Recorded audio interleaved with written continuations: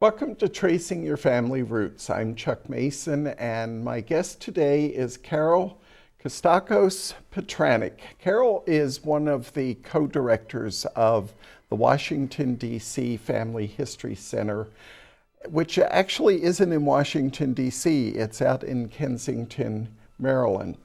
And we're going to talk about digitizing and preserving the world's records, but before we get to that, I want to put two plugs in for the Family History Center. One is you do an annual conference, which is coming up May the 4th. That's correct. Which is open to the public, and they have wonderful speakers. I've spoken there a couple of times, and I've attended a few of those. And also, they produce a wonderful newsletter every month that is emailed. I look forward to seeing it and reading it every month, and it's something that our viewers should be signing up to receive. So we want to talk about digitizing and preserving records.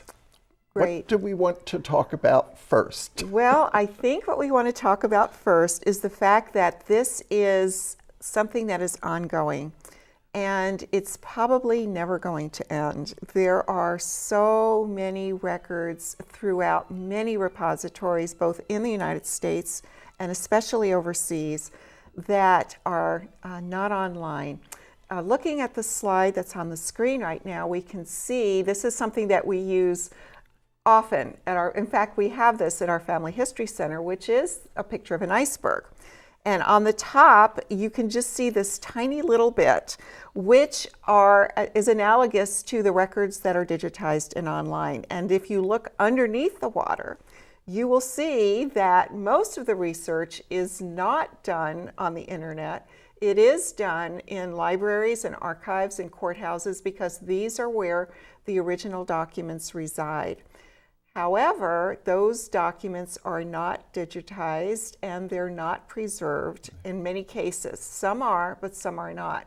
Many of those that have been digitized are not on the internet due to maybe copyright restrictions, due to the fact that for organizations to be able to put records on the internet, they have to have permission and they have to negotiate contracts with the repositories to allow those records to be freely accessible on the internet, meaning once you put it out on the web, anybody, anywhere can access it. You've lost control of it, yes. And many repositories are not comfortable with that.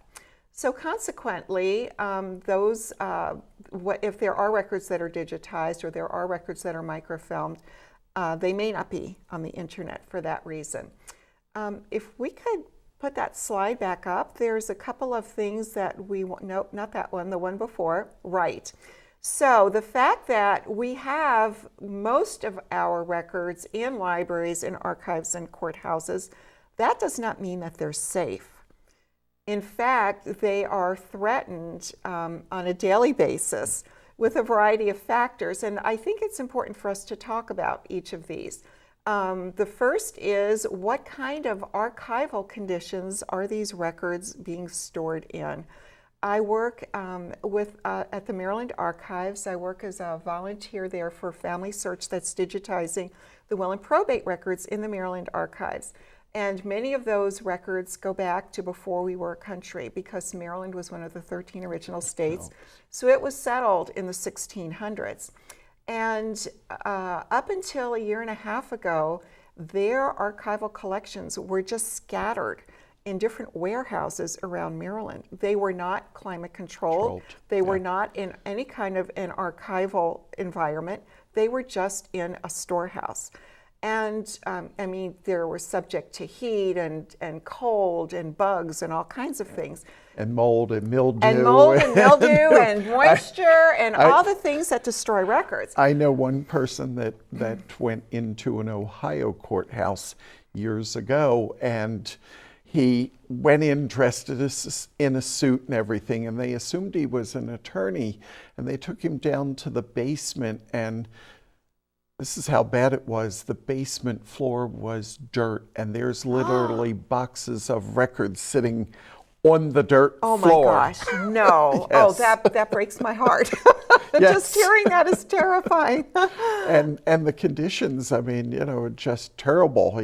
He said, I had to send the suit to the cleaners. It was so Oh my bad gosh. with dealing with all the dirt, dust, and everything. And that's in the U.S. Yes, That's in, yes. in a courthouse in one of our most countries. populous states, Ohio. Yes.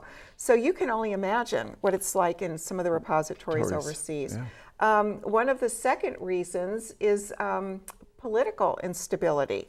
So you have going on in countries overseas, particularly, regimes that come and go. You have various, even churches and ecclesiastical leaders that come and go. And a lot of times these countries are, I don't want to say in a state of war, but let's just say they're in a state of unrest. Yes. And so consequently, there could be danger and threats to the village, to the buildings where Yes. these particular records are being kept. Another reason that there's a possibility that these records are in danger is, believe it or not, there are schedules of record destructions Oh, yeah. that are held in certain countries. I know from some family search information that some countries in Africa schedule destruction of their records. Other countries as well, they run out of room, they have no place to put them, We have and that. they just chuck them. We have Excuse that. me for the pun. we have that here. There were in Wisconsin. I don't remember the county, but just happened to be a genealogist was going to the courthouse and was well known enough that she could go in the back door, and there were workers tossing records into a dumpster. And she asked about them. Well, they were voter registration records that were old and they were running out of room. That's right. She called up the Wisconsin Historical Society. They came down and rescued them. Otherwise, They'd be gone. they'd have been gone. Well, how wonderful that they rescued them. Rescued them. I yes. have a friend who's from the island of Rhodes in Greece, and she told a similar story of being in her village.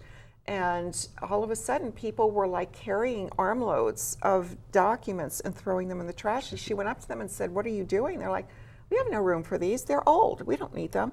And she walked, she said, "I will take these." And she basically scooped them up and brought them back. And then she sends me an email and says, "What am I going to do with these documents?" But I can't allow them to be thrown away. So that this destruction is Yes. is in this day and age, it's inexcusable. Yeah. And we'll talk about why it's inexcusable when we go into the whole digitization and the different companies that are preserving records. So another reason that records are at risk is that people are dying off, especially in Africa where there's a strong oral history tradition. What I have learned is that each tribe in Africa, in the African tribal culture, has an oral historian. And and little children, from the time they're 3, 4 years old, are identified as the people who will be the keepers of the oral history. So from the time they're very young, they are trained to memorize. The older tribal historian begins to teach the younger historians the history of their tribe. Now, as these people get old and die off, depending on when they pass, how much of that information has been passed to the new generation of oral historians. And that's in Africa, but everywhere else, those people are older people. They're the people that maybe remember the immigrant grandparents, or maybe lived in the old country or had been back and forth between the old country and here, and know the people, know the stories. As they start to get older and pass, if their histories are not captured, it's gone. Yeah. It's gone. And that's one of the projects I know the Library of Congress did 10, 12 years ago, where they were interviewing the military, the men that fought in World War I and World War II. The veterans, the veterans. Veterans History Yes. Project, yes. Yeah, that's where very important. if they hadn't done that, those stories would be lost. That's I know correct. Arlington County did a project for the American Bicentennial where they interviewed the people in the neighborhoods and had those on tape, and I don't know where they are in the project now because I've lost contact with the person, but they were actually transcribing those because once the tape machines, the cassette players are gone, Yeah, they're going to be like 8-track tapes. That's right. You can't that's use right. them. That's right. Where at least if they're documented, they can be preserved digitally, and then you also have your hard copy. And then the last reason that our world's records are being threatened is natural disasters. And unfortunately, it just seems like every night on the 6 o'clock news, we are hearing of another tornado or a storm or a flood or an earthquake or a fire. And our repositories are not immune to these natural disasters. So we have a situation now in our high-tech age when we can digitize and stream and download and share information. There really is no reason why we should be in a situation where our records are being threatened. We can do something about it. So the next question is, what can we do? And I can tell you, working with MyHeritage and working with Family Search, that genealogy companies are digitizing as quickly as they can. They have projects, they have got cameras all over the world. They are making a Herculean effort in order to capture the world's records, but we need to do more, and we need people to help identify what record collections are at risk and that they can play a part in doing that preservation. So on the screen right now is a picture of a gentleman who is digitizing. Nope, you've got to go back. There we go, right here. Who was digitizing at the Maryland Archives. He and his wife were serving as volunteers there for a year, and they're digitizing the will and probate records at the Maryland Archives. This is one of the projects, one of many projects that Family Search has, and a project that I am involved in personally. So we are attempting to digitize all of the records that are at the Maryland Archives that are will and probate records. And these go back to the 1600s, before we were ever a country, because Maryland was one of the 13 original states.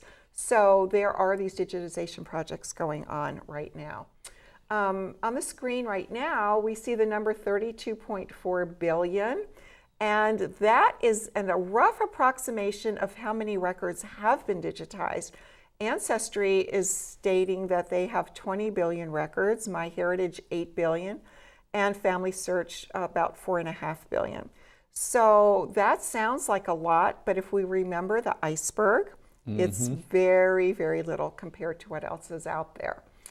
So we are now looking to see how each company chooses what records they want to preserve. And I have contacts at Family Search and also at MyHeritage, and they responded very nicely with some information that I think would be interesting for people to know. So for Family Search, they decide based on what our consumers want, what is it that people are looking for, and which records are of the greatest genealogical value. How much of the population do these records cover? For example, a census records collection covers thousands and thousands, if not millions of people. And so those records that have a lot of information about a lot of people. And then what are the risks to those records? What's the threat to them? Is there an immediate threat of loss? So that is how Family Search determines what their priorities are.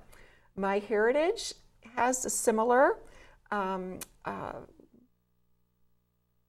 criteria, I guess is the best way to phrase it. And again, they're looking at what members are asking for. So if you go to these companies, if you contact them and send them an email and say, hey, I'm looking for records from Switzerland, or I'm looking for records from this area of Poland, then that's going to get put on their list. That's going to get put on their request list. And for MyHeritage as well, which documents are primary sources? And of course, we know the primary sources are those documents that were created at the time of the event. They're the most important because they're the most accurate. MyHeritage also looks at the size of collections, how many records are in the collection, and they're shooting for the larger ones, 500,000 to 1 million. They're also looking to see, is there a unique record collection that nobody else has? And that's how I got into the Greek records, which we'll talk about in a minute. They're also looking to capture records from 1700 forward, and records that appeal to many markets. So each company has sort of a similar perspective on what's important to digitize, and they go about it, but they do go about it in different ways. So I would like to talk for a little bit about the project that I was involved in this summer, which was in Sparta, Greece. Sparta does, actually the whole country of Greece has not ever had a digitization program by an outside organization. Okay. Whatever digitized records there are were digitized by the General State Archives of Greece through a contract with the European Union.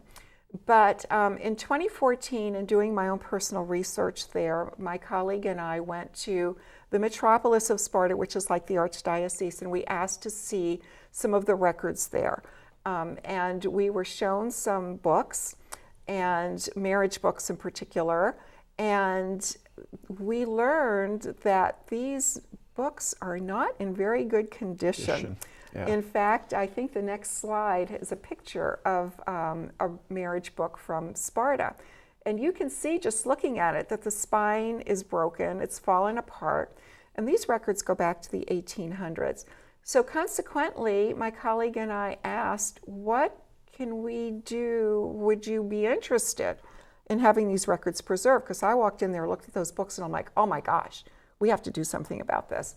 And we were told, yes, give us a proposal and we'll take it to the bishop and see if there's some possibility that we can work out a way to get these digitized. Well, and I think it worked that's out. so important, having people who are willing to be cooperative in Yes. preserving the records. When we were talking before the show, the Gloucester County, New Jersey Historical Society that I've been a member of for years has a project where they're approaching churches and cemeteries and other places, but mainly churches and cemeteries, asking them, can we scan your records? And sometimes whoever's in charge is in full agreement, ready to do it. And they had one church that the board really wasn't so sure they wanted to do it, but finally perseverance and they got them to agree to it. And so this project was done during the summer, and lo and behold, Christmas Eve, they had the Christmas Eve church service. Everybody went home, and that night the church literally burnt to the ground. I was so up there shortly afterward, and it was just the steel framework of the church that was left. And the Historical Society, as soon as they found out, copied a flash drive, took it down to the minister's house, and they had over 100 years worth of church records back that were totally destroyed in that fire. So, getting the people to agree to it is a big plus. It is. In getting things done. It is. And the thing is that these genealogy societies, such as Family Search and MyHeritage and Ancestry, will do this work for free. It does not cost the repository anything. All they do is they give permission for those records to be made accessible to researchers. Yes. So very, very, very, very important to try to do what we can. And I think as individuals, we can play a part in this as well. We can help preserve by volunteering. We can volunteer to help index records. We can volunteer at our archives, and our historical societies are always looking for people to assist.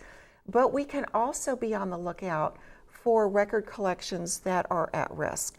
And we can bring that collection to the attention of executives at Family Search and MyHeritage and Ancestry, and to contact those companies and say, I have been in such and such a place. I've been in a village in Poland, and these records are at great risk. Is there a possibility that somebody can look into this? They will. They will. Because we saw earlier in our conversation that demand and the possibility of risk of loss is one of the major factors for genealogy companies to come in and digitize. So tell me about your experience in Sparta. Well, it was quite an experience. Now, is Sparta where your family was originally from? My family's originally from villages right outside Sparta, Sparta. so I have a personal interest in the records in that area. And after my colleague and I in 2014 saw the status of the records, then I came home and made some calls, and to make a long story short, we got a contract to have records digitized at the metropolis of Sparta, the marriage records. They start in 1835, and we set a cutoff date of 1935 because of privacy reasons are big, especially in Europe. So in 2017, I went with my colleague and we digitized 26 index books. And the slide that we had up earlier with the marriage record is what those books look like. While I was there, we learned that there are in the basement boxes of the documents that support the records in the marriage record. So these are the marriage documents, letters back and forth between the priest and the bishop, dowry contracts, affidavits from family members. So I made arrangements to go back this past summer as a volunteer. I volunteered my time for 2 months and worked every day from 8:30 to 4 with a camera from MyHeritage to digitize the documents. We digitized 104,000 images. And so we have all of the marriage records from 1835 to 1935 digitized. Nice. And they will be online the index books will be online at MyHeritage before the end of the year. And then it's going to take some time to link the documents I did this summer to the index records. But eventually, what will happen is you'll be able to put in a name in Greek or in English. And by the way, MyHeritage has translation on their website. Okay. So if you type a name in Hebrew, or you type a name in Chinese, or you type a name in the Hindi language, if there's a record for that, it'll come up, whether it's in English or in the original language. And then people will be able to see the original index record, the book, and then they'll click on it, and all the documents that support that record will be available online. So it was a volunteer effort, but if I can do this, other people can do it as well. Yes. It's just a question of identifying the collection, seeing what's at risk, making the contact, and maybe acting as a liaison between the repository and the genealogical company that will come in and make sure those records are preserved. You said you're going back this summer. I am. I asked the bishop about his concern for the parish books in the individual villages, and they are at great risk for a variety of reasons. But I volunteered to go back and digitize all of those books, and I will do that in the summer. There are 130 churches, so I'll do all the birth, marriage, and death books in those churches. Now, does Greece have vital records kept by the state like we do, or are these the only records? These are the only records. Back until before 1950, if you wanted to get married in Greece, you had to be married in the Orthodox Church.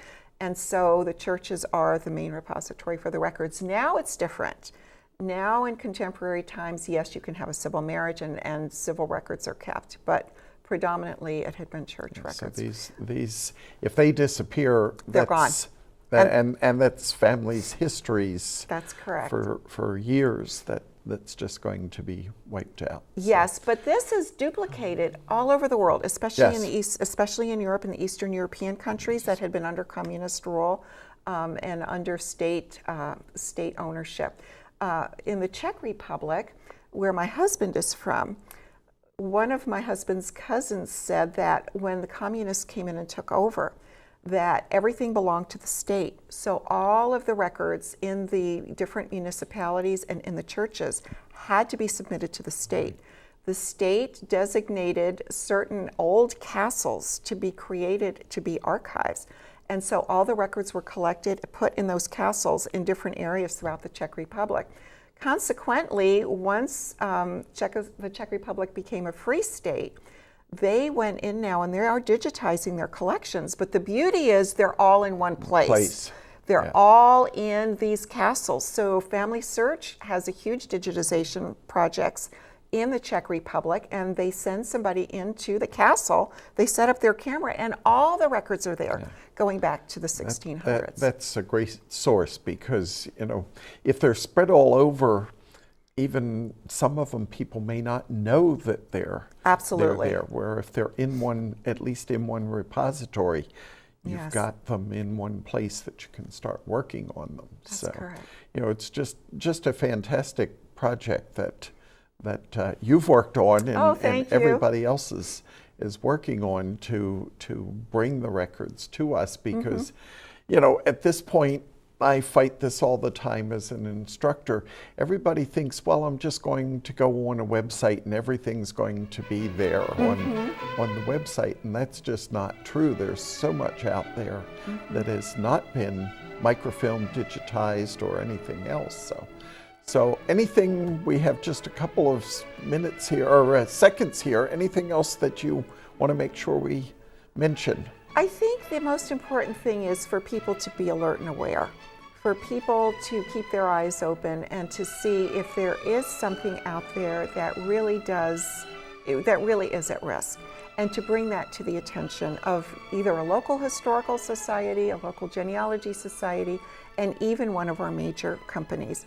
Because we are the watchdogs. I mean, we're the ones out there maybe traveling to our ancestral lands and seeing what the situation is with the records that we're attempting to search in. And if we see something at risk, to bring it to the attention. If it's overseas, perhaps if there is a historical or genealogical society, to see, would they like these records preserved? Maybe they don't have the resources or the funds, but that can be brought to the attention of a major company that can help them. Thank you for being with me, Carol. Thank you, Chuck. This has been wonderful. I appreciate the opportunity to discuss this really important initiative.